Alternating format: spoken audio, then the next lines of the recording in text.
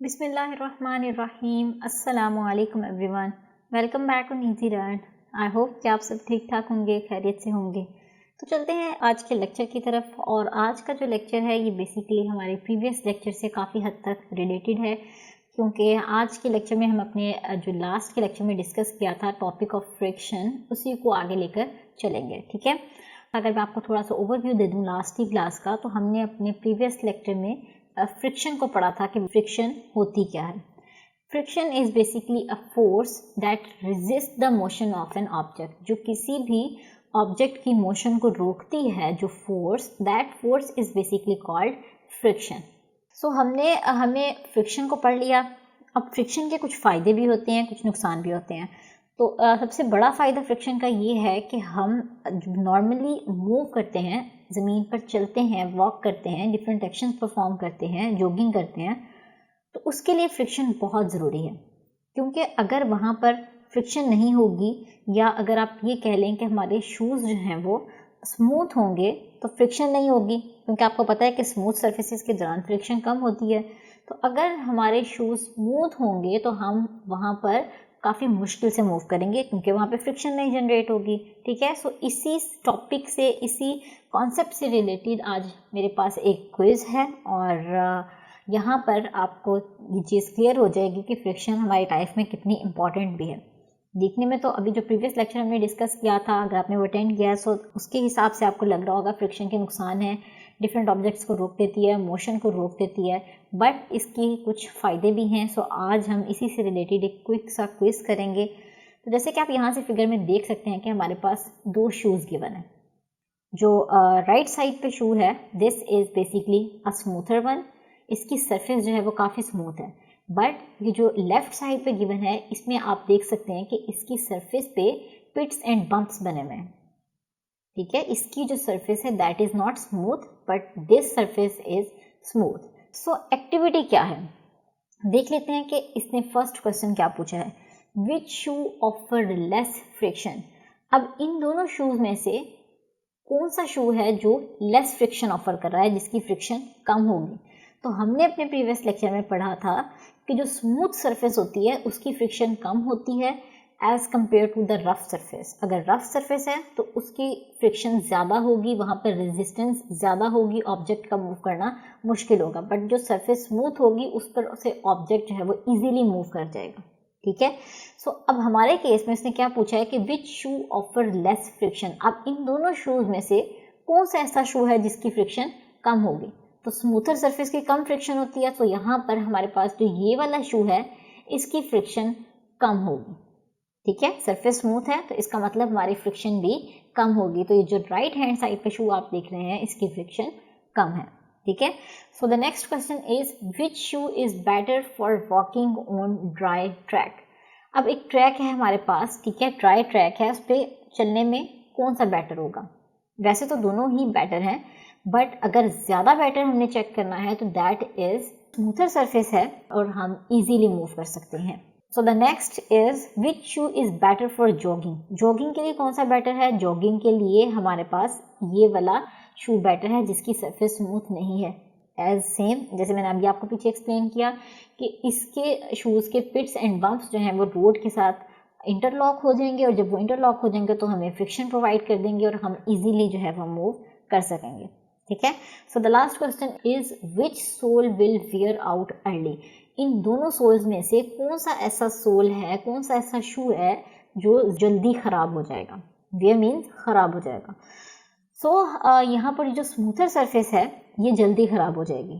ठीक है, और जो यहाँ पर आप दूसरी सरफेस देख रहे हैं शू की जिसमें पिट्स एंड बम्प्स हैं, ये जल्दी खराब नहीं होगी, क्योंकि इसके नीचे आप देख सकते हैं कि पिट्स एंड बम्प्स बने हुए हैं। This surface is not smooth, ये ज़मीन के साथ कांटेक्ट में रहेंगे, जबकि शू की जो सरफेस है ये इतना कांटेक्ट में नहीं होगी जितना ये पिट्स एंड बम्प्स सरफेस के साथ कांटेक्ट में होंगे। तो अगर ये कांटेक्ट में होंगे तो हमारी जो मेल सोल है वो प्रोटेक्ट रहेगा। तो इसका मतलब ये वाला शू जो है वो वियर आउट जल्दी नहीं होगा, बल्कि ये वाला जो सोल है ये जल्दी वियर आउट हो जाएगा। ठीक है, ये जल्दी वियर आउट हो जाएगा, यूजलेस हो जाएगा।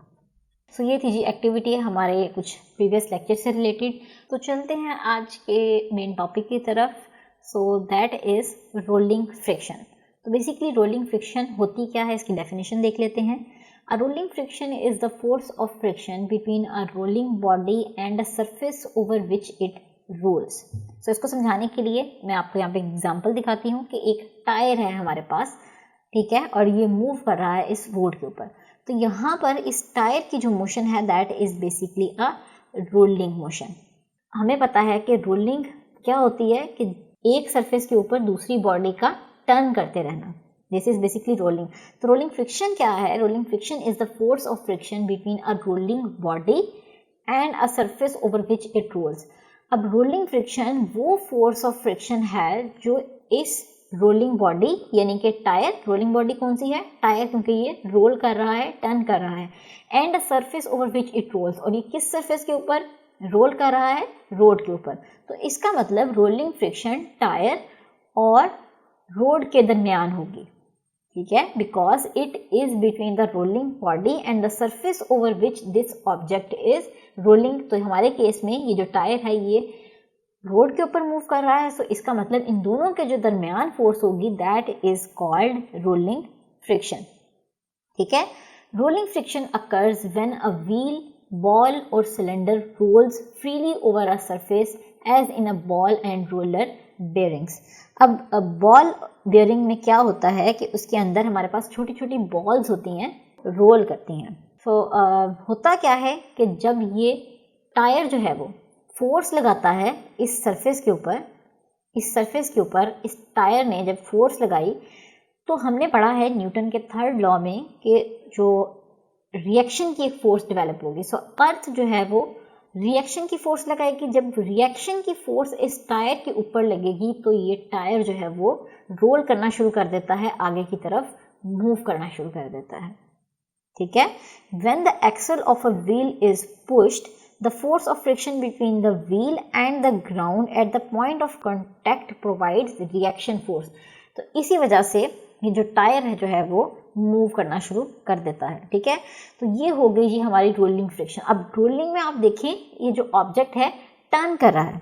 अब देख लेते हैं नेक्स्ट कि स्लाइडिंग फ्रिक्शन क्या होती है। Sliding friction is the contact force that resist the sliding motion of two bodies और एन ऑब्जेक्ट एंड सरफेस। यहाँ पर मैं आपको इसको समझाने के लिए एक एग्जांपल दिखाती हूँ। यहाँ पे आप देख सकते हैं कि ये पिक्चर जो है इसमें जो ऊपर वाली फिगर है दिस इज स्लाइडिंग फ्रिक्शन, क्योंकि इसमें जो है वो ऑब्जेक्ट और जो सरफेस है इनके दरमियान स्लाइडिंग हो रही है। ये फोर्स लगाने पर स्लाइड कर रही है ऑब्जेक्ट की सरफेस रोड की सरफेस के ऊपर। बट जो रोलिंग फ्रिक्शन है उसमें क्या होता है कि हम ऑब्जेक्ट को by the help of turning move करवाते हैं, क्योंकि इसके नीचे व्हील लगे हुए हैं जो कि इजीली टर्न करते रहते हैं और हमें ऑब्जेक्ट को स्लाइड नहीं करवाना पड़ता रोड के ऊपर, ठीक है। और इससे हमें क्या पता चला, अब आप खुद देखें इस एग्जांपल से कि स्लाइड करना किसी भी ऑब्जेक्ट को इजी है या रोलिंग फ्रिक्शन को यूज करते हुए ऑब्जेक्ट को मूव करवाना इजी है।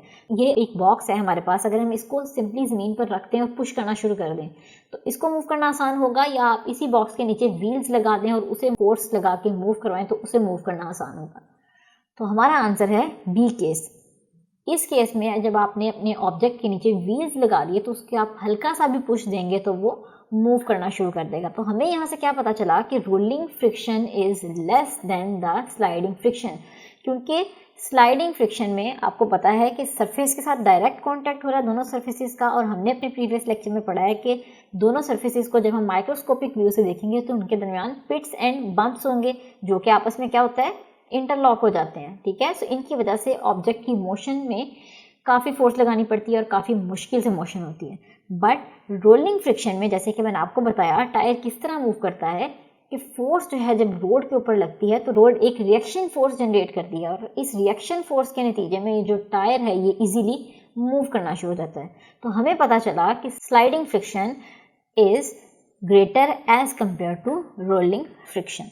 सो चलते हैं अपने नेक्स्ट टॉपिक की तरफ। So the next topic is braking and skidding. So basically ये होता क्या है इसे देख लेते हैं। The wheel of a moving vehicle have two velocity components। अब जो wheels होते हैं vehicle के उसमें दो velocity के components होते हैं। First one is the motion of wheels along the road। एक तो ये कि जो wheel है वो move कर रहा होता है along the road के साथ मूव कर रहा होता है, and the second is the rotation of wheels about their axis, wheel अपने एक्सिस के गिर्द भी रोटेट कर रहा होता है, ठीक है। सो यहाँ से हमें पता चला कि व्हील की दो मोशंस हैं, एक वो मोशन है जो वो ऐसे टर्न करता हुआ जा रहा है, ऑब्जेक्ट मूव करता हुआ यहाँ से जा रहा है, ठीक है। यहाँ से जब टर्न करेगा एक वो मोशन है, पर एक मोशन वो है जो अपने एक्सिस के गिर्द मूव कर रहा होगा, ठीक है।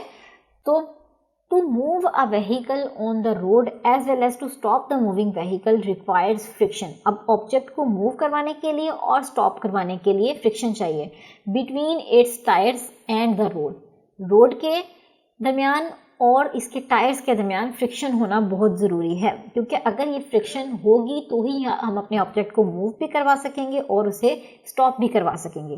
तो इसकी एग्जांपल कैसे है, अभी हम दोनों केसेस को डिस्कस कर लेते हैं कि मूव करवाने के लिए कैसे ज़रूरी है और स्टॉप करवाने के लिए कैसे ज़रूरी है, ठीक है।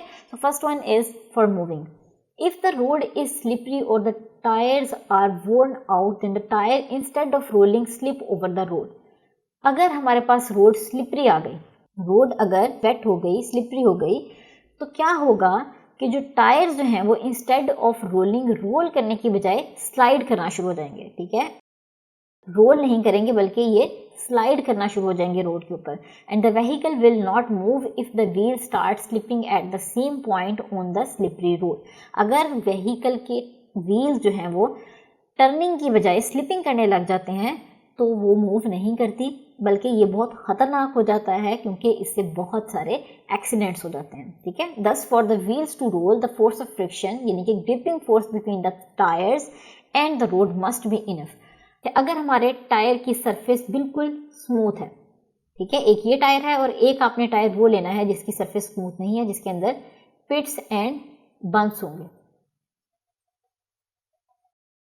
इसके अंदर पिट्स एंड बम्प्स हैं, और अगर हम इसे रोड पे मूव करवाते हैं तो ये इसके दरमियान, ये इसकी सरफेस क्योंकि स्मूथ है तो इजीली मूव कर जाएगा। बट अगर हम इस टायर को रोड के ऊपर मूव करवाते हैं तो क्या होगा कि इसकी ग्रिप ज़्यादा होगी, क्योंकि इसके पिट्स एंड बम्प्स और रोड के पिट्स आपस में इंटरलॉक हो जाते हैं। सो जब इन दोनों के पिट्स एंड बम्प्स आपस में इंटरलॉक हो जाते हैं तो हमें ज़्यादा ग्रिपिंग फोर्स मिलती है।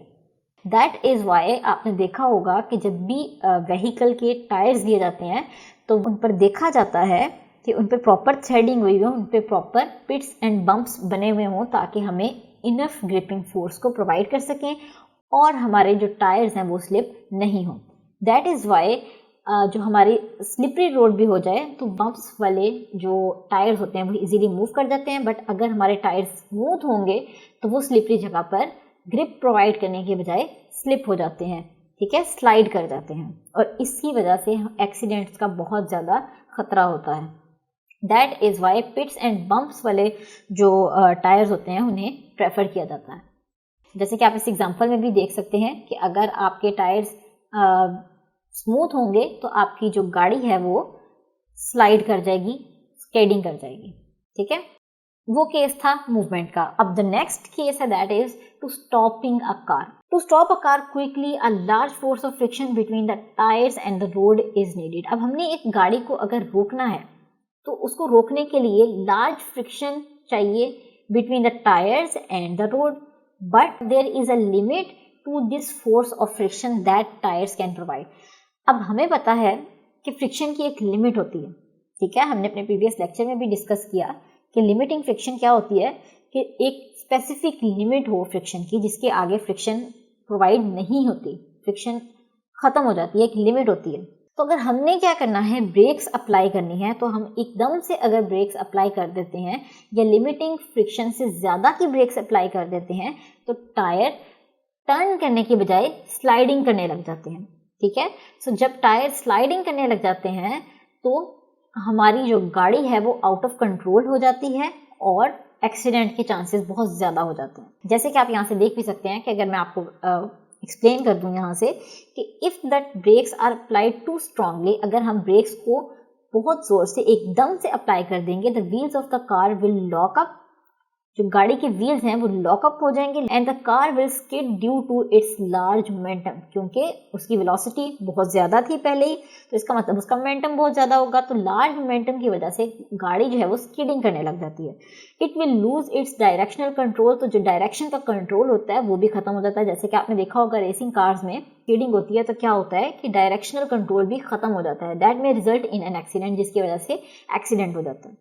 In order to reduce the chance of skidding, it is advisable not to apply brakes too hard. अगर स्केडिंग से बचना है हमने तो हम क्या करते हैं, ब्रेक्स को स्मूथली अप्लाई करते हैं ताकि जो टायर के बम्प्स हैं और जो रोड के बम्प्स हैं ये आपस में इंटरलॉक हो सकें। ठीक है, अगर हम स्लोली ब्रेक्स को अप्लाई करेंगे तो टायर और रोड के पिट्स एंड बम्प्स आपस में लॉक हो जाएंगे और हमें स्मूथली ब्रेक्स को देख सकेंगे। दैट इज वाई स्किडिंग से बचने के लिए ब्रेक्स को एकदम अप्लाई नहीं किया जाता, लिमिट से अबव अप्लाई नहीं किया जाता, बल्कि हम स्मूथली ब्रेक्स को अप्लाई करते हैं ताकि जो व्हील्स हैं उनमें स्किडिंग नहीं हो, उसमें स्लाइडिंग नहीं हो, बल्कि वो टर्निंग करते रहें। ठीक है, और अगर हम एकदम से ब्रेक्स अप्लाई कर देते हैं तो आपको पता है कि हम डायरेक्शनल कंट्रोल होता है वो भी खो देते हैं और it is very unsafe to drive a vehicle with worn out tyres, क्योंकि टायर्स जो हैं वो ख़राब हो जाते हैं एकदम से ब्रेक अप्लाई करने से। ठीक है, जब वो स्लाइड करेंगे तो उनके पिट्स एंड बम्प्स भी ख़राब हो जाएंगे और टायर्स जो हैं वो वोर्न आउट हो जाएंगे। सो इन वोर्न आउट टायर्स के साथ रोड पे मूव करना इंतहाई डेंजरस हो जाता है। तो ये थी जी कुछ एप्लीकेशंस फ्रिक्शन की, एंड आई होप कि आपको इस चीज़ का अच्छे से कॉन्सेप्ट मिल गया होगा। तो ये था जी हमारा आज का लेक्चर। सो इंशाल्लाह हम आपसे मिलेंगे अपने अगले लेक्चर में। तब तक के लिए अपना बहुत सारा ख्याल रखिएगा, दुआ में याद रखिएगा। अल्लाह हाफिज़।